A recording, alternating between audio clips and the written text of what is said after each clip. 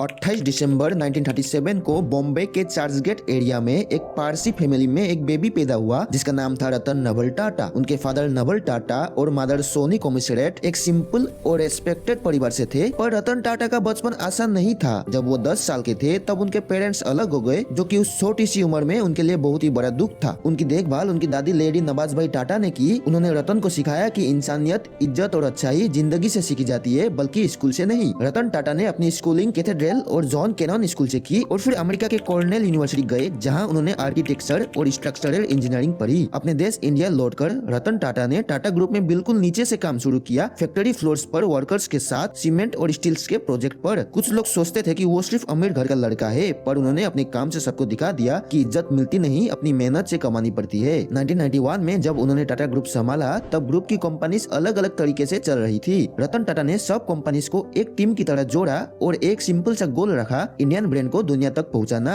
1998 में टाटा ने Tata indica launch की, इंडिया की सबसे पहली कार। लेकिन कार ज्यादा नहीं चली, मीडिया ने बुरा बोला और इन्वेस्टर्स ने भरोसा कम कर दिया। लेकिन इसके बावजूद भी रतन टाटा ने हिम्मत नहीं हारी, क्योंकि वो जानते थे कि हर फेलियर सक्सेस का पहला स्टेप होता है। फिर 2008 में उन्होंने सबको सरप्राइज कर दिया जब टाटा मोटर्स ने जगुआर और लैंड रोवर जैसे बड़े ब्रिटिश ब्रांड्स खरीद लिए। रतन टाटा ने इन ब्रांड्स को पूरा रिस्पेक्ट दिया, नए आइडियाज दिए और कुछ सालों में ही JLR दोबारा प्रॉफिट में आ गया। और तभी दुनिया ने समझा कि इंडिया भी बड़े लेवल पर कम्पीट कर सकता है। पर रतन टाटा की कहानी यही खत्म नहीं होती। उन्होंने टाटा ग्रुप को सिर्फ बड़ा नहीं बल्कि दुनिया भर में रेस्पेक्टेड बनाया। उनके लीडरशिप में टाटा ने टेटली टी और कोरस स्टील जैसे ग्लोबल ब्रांड्स एक्वायर किए, जिन्होंने इंडिया की कॉर्पोरेट दुनिया को एक नई पहचान दी। उन्होंने टाटा नैनो जैसे आम आदमी की गाड़ी का भी सपना देखा, जिसमें उनका मकसद सिर्फ एक प्रोडक्ट बनाना नहीं बल्कि आम हिंदुस्तानी की लाइफ को आसान करना भी था। लेकिन अफसोस, हम लोगों ने उस गाड़ी को भी ठुकरा दिया। उनकी इन्हीं कॉन्ट्रीब्यूशंस के लिए उन्हें भारत के सबसे बड़े सिविलियन अवार्ड पद्म भूषण और पद्म विभूषण से सम्मानित किया गया। बिजनेस के साथ साथ रतन टाटा का दिल हमेशा आम लोगों के साथ था। टाटा ट्रस्ट के थ्रू उन्होंने हेल्थ केयर, एजुकेशन और गांव के डेवलपमेंट पर बहुत सारे पैसे लगाए, बिना किसी शो ऑफ किए। वो ऐसे ही NGOs जाते, लोगों की प्रॉब्लम सुनते और एक सिंपल इंसान की तरह रहते और उनकी हेल्प करते। लोग आज भी कहते हैं कि रतन टाटा ने सिर्फ कंपनीज नहीं बनाई, लोगों का भरोसा और दिल भी जीता है। और उनका इसी सिंपल नेचर और उनकी सीधापन ने उन्हें और भी बड़ा बना दिया। 9 अक्टूबर 2024 को जब उनका देहांत हुआ तो पूरा इंडिया उदास हो गया, सभी लोग दुखी हो गए। लेकिन सभी लोगों को एक गर्व भी था, क्योंकि हमने अपने टाइम में एक ऐसा लीडर देखा जिसने दिखाया कि असली लीडरशिप पैसों से नहीं, इंसान के कैरेक्टर से आती है। आज भी जब कोई स्टूडेंट या यंग बिजनेसमैन रतन टाटा का नाम लेता है तो आंखों में चमक आती है और दिल में रिस्पेक्ट। ये कहानी सिर्फ एक बिजनेसमैन की नहीं, एक ऐसे इंसान की है जिसने इंडिया को सिखाया कि ग्रेटनेस पैसों से नहीं, अच्छाई और ईमानदारी से आती है। धन्यवाद।